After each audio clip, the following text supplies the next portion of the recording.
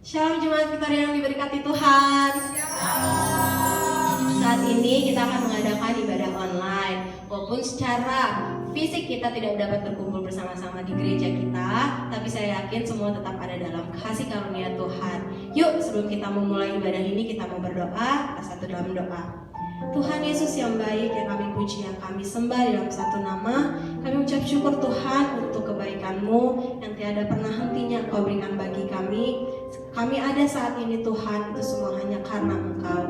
Kami tahu Tuhan, penyertaan-Mu begitu sempurna bagi kami. Sebab itu kami mau memberikan waktu kami saat ini, kami mau memuji, menyembah Engkau. Kau berkati setiap kami Tuhan, walaupun secara fisik kami tidak dapat berkumpul bersama-sama di tempat ini, tapi hamba percaya Tuhan, penyertaan-Mu begitu sempurna bagi setiap jemaat Victoria yang ada di rumah mereka masing-masing. Terima kasih Tuhan, terima kasih, dan hamba percaya melalui ibadah online ini tetap dapat memberkati setiap jemaat pribadi lepas pribadi. Terima kasih Tuhan, terima kasih. Kami telah berdoa, kami mau mulai ibadah online kami ini di dalam nama Tuhan Yesus. Haleluya. Amin.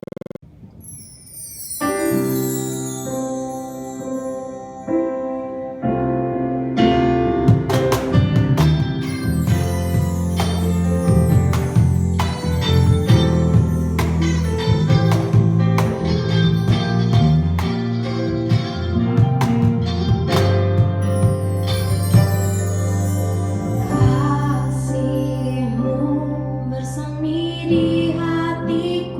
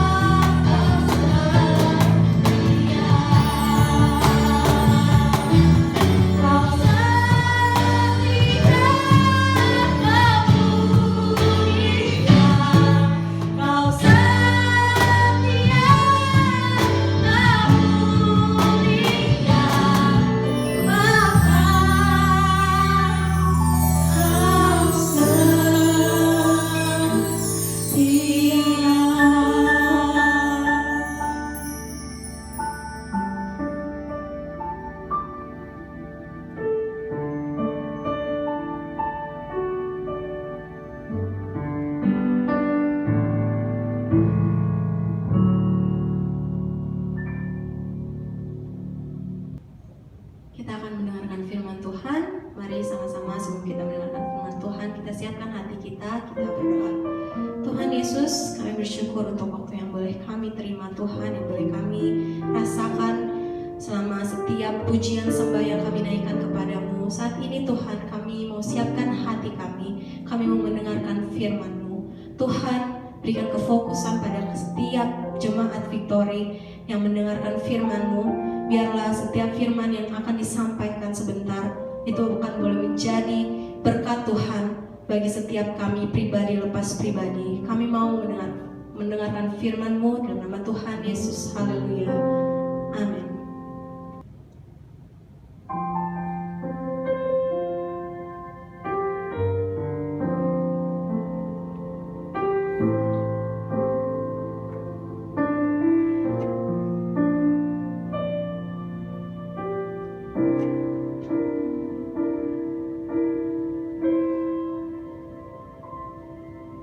Tiada pernah ku ragukan kasih setiamu ya Tuhan. Setiap waktu dalam hidupku tak pernah kau tinggalkan. Meski langit tampak suram, awan gelap pun menghadap, hadapi badai, lewati gelombang, tak pernah kau tinggalkan diriku.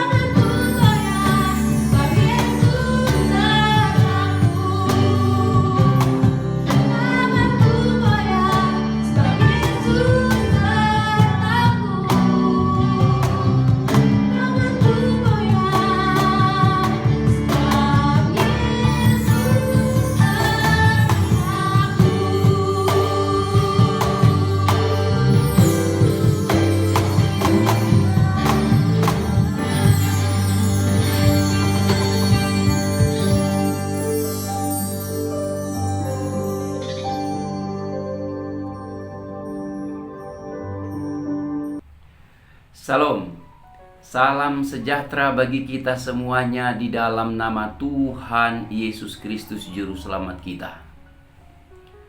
Berjumpa lagi saat ini dengan saya lewat mimbar pemberitaan firman Tuhan, yang kali ini akan kita lakukan tidak seperti biasanya. Kalau yang dulu-dulu kita lakukan dapat bertatap muka secara langsung, tetapi karena kondisi yang sedang terjadi di negara kita, bahkan di semua negara di muka bumi ini, maka kita melakukan ibadah kita kali ini secara online. Nah, untuk itu yang dapat kita lakukan saat ini, untuk tidak mengurangi berkat yang Tuhan janjikan pada kita dalam ibadah yang kita lakukan, adalah kita terus berharap dan berdoa kiranya ibadah kita walaupun secara online ini bisa jadi hanya untuk kemuliaan bagi nama Tuhan. Haleluya.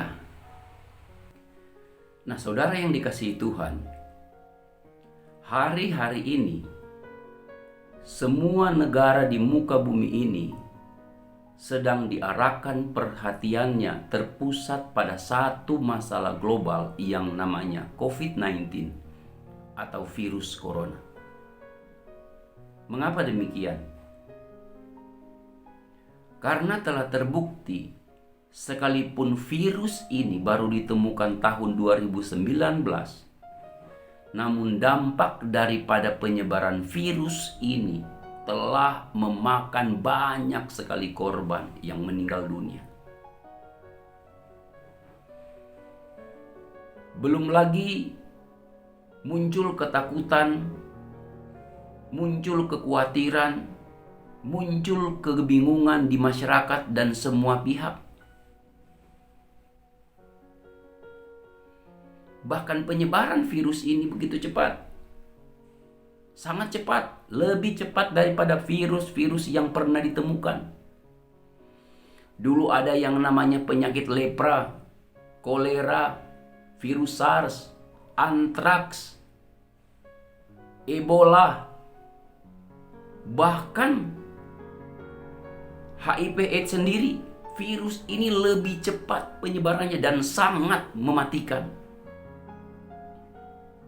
Nah, kalau kita sudah mendengar seperti ini, pertanyaannya, apa yang terjadi dalam kehidupan kita, khususnya kita sebagai orang yang percaya? Nah, kesempatan saat ini, melalui mimbar pelayan pemberitaan firman Tuhan, saya ingin mengajak kita melihat kebenaran firman Tuhan bagi kita, supaya kebenaran ini boleh membentuk satu sikap dalam kehidupan kita, dalam kita menghadapi masalah. Jadi, bagaimana kita menyikapi masalah yang terjadi di dalam kehidupan kita? Yang paling utama adalah kita butuh Tuhan dan firman-Nya. Untuk itu yang pertama yang akan kita lihat dalam kehidupan kita saat ini, untuk menyikapi masalah yang mendatangi kita, pertama kita harus mencari Tuhan. Mengapa demikian? Karena di muka bumi ini, di dalam kehidupan kita, tidak ada apapun yang lebih berkuasa dari Tuhan, yang lebih kuat dari Tuhan, yang lebih baik dari Tuhan, yang lebih sempurna dari Tuhan. Hanya Dia sendiri. Dia Allah yang Maha Kuasa, yang selalu saya katakan dan ucapkan berulang-ulang, satu-satunya pribadi pencipta dunia ini dan segala isinya. Hanya Dia itu Tuhan.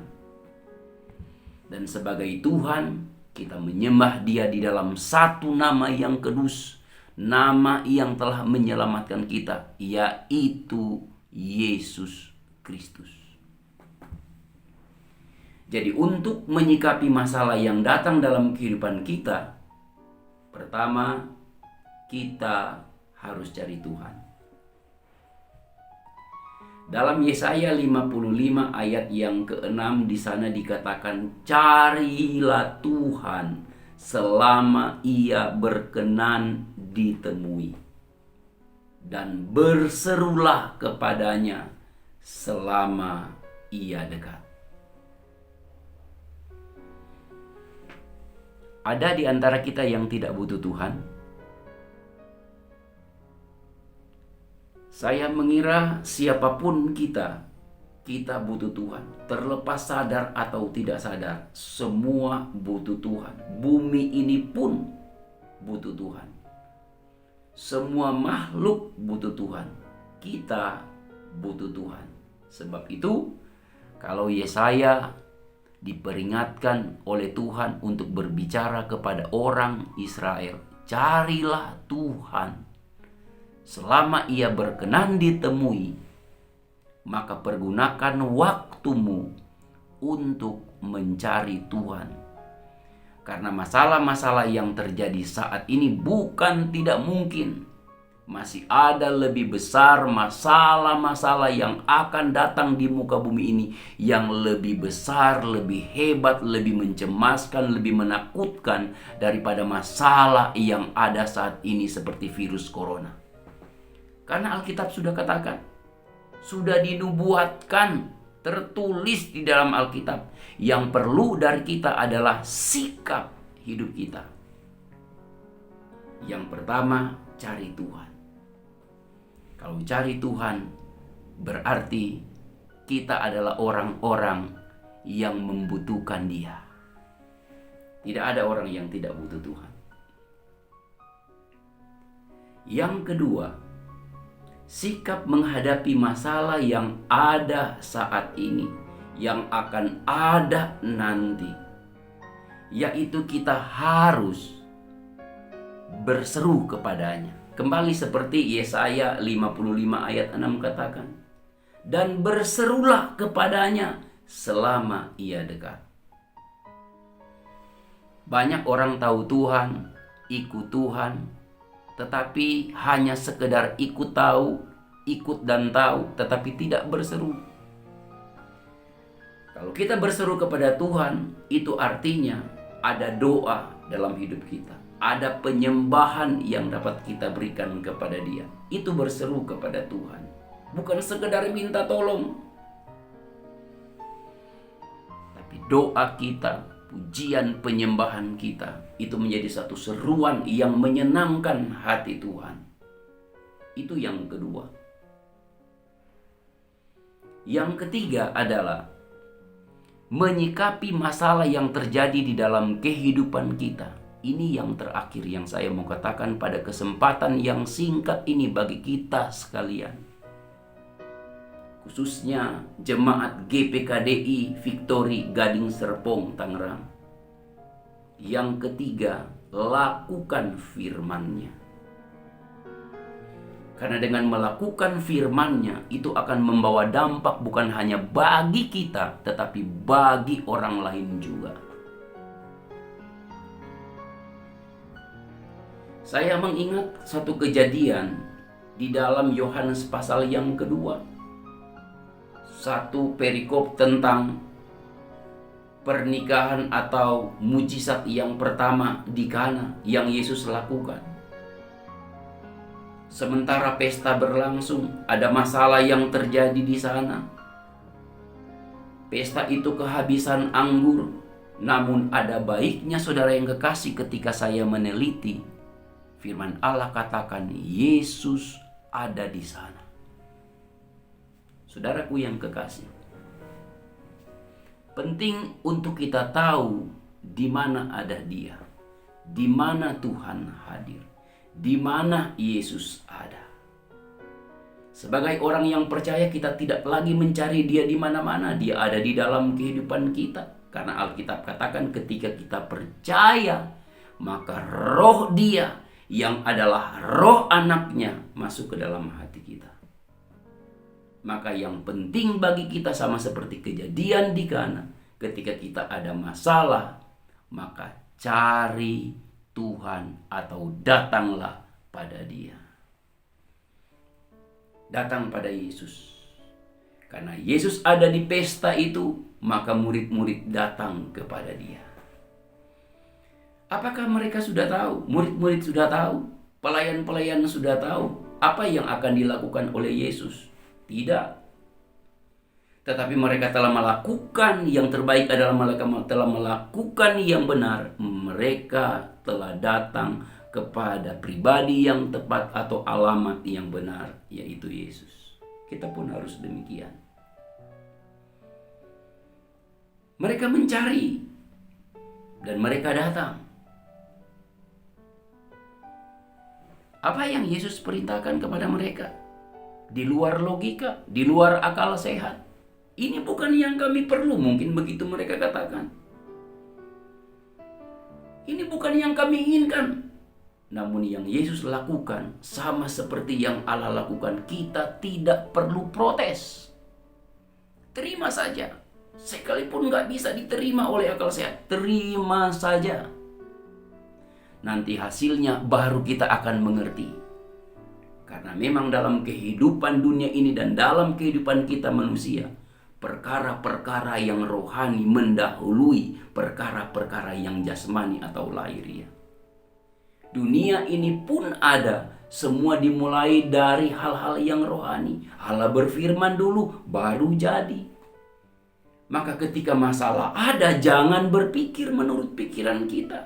Cari Tuhan dulu, datang pada Dia. Dan yang kedua, berseru kepada Dia. Apa yang mereka katakan kepada Yesus melalui ibunya Maria? Dikatakan kepada Yesus, mereka kehabisan anggur.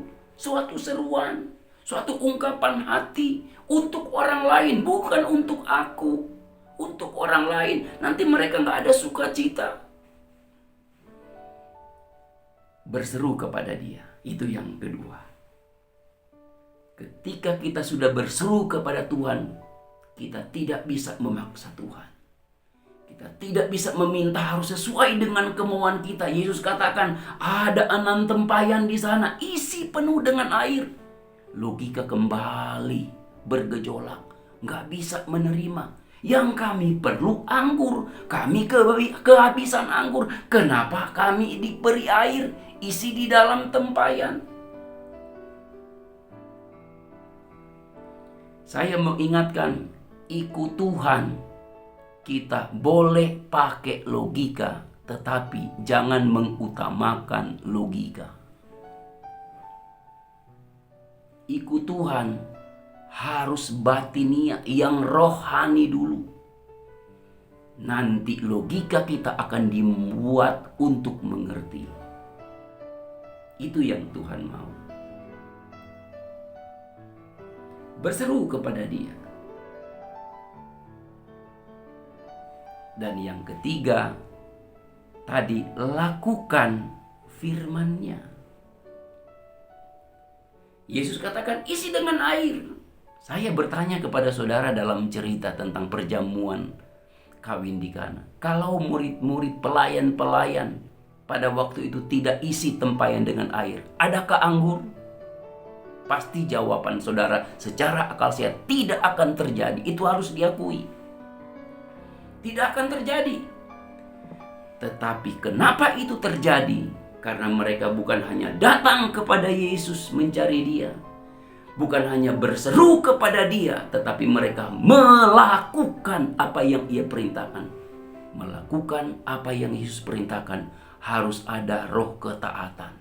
Nah, jemaat yang dikasihi Tuhan, pupuk roh ketaatan dalam kehidupan kita, supaya roh ketaatan itu akan membawa dampak untuk dalam hidup kita selalu mau melakukan apa yang Tuhan perintahkan. Jangan pernah berharap sesuatu terjadi di dalam kehidupan kita sesuai dengan yang kita mau. sesuai dengan apa yang Tuhan mau. Jika kita belum pernah, yang terakhir, yang ketiga tadi, melakukan apa yang Ia perintahkan. Banyak orang berkata, aku rindukan berkat-berkat kerajaan surga. Padahal seringkali disampaikan kepada kita ayat yang mungkin sudah di luar kepala kita hafalkan. Carilah dahulu kerajaan Allah dan kebenarannya. Itu dulu. Maka yang kita perlu bicara makan, minum, pakai kita selama di muka bumi ini, Tuhan siapkan. Itu cuma bonus. Sudahkah kita melakukan demikian? Saya mau motivasi, mau ingatkan kepada kita sekalian lewat mimbar pelayanan pemberitaan firman Tuhan secara online ini. Mari menyikapi masalah-masalah yang datang saat ini, bahkan yang akan datang. Ada 3 hal. Cari Tuhan, berseru kepadanya, dan lakukan firman-Nya.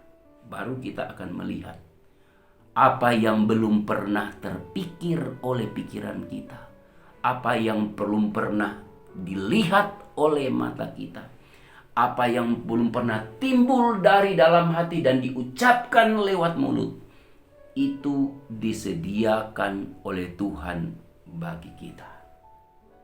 Puji nama Tuhan.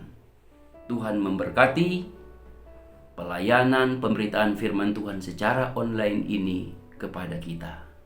Haleluya.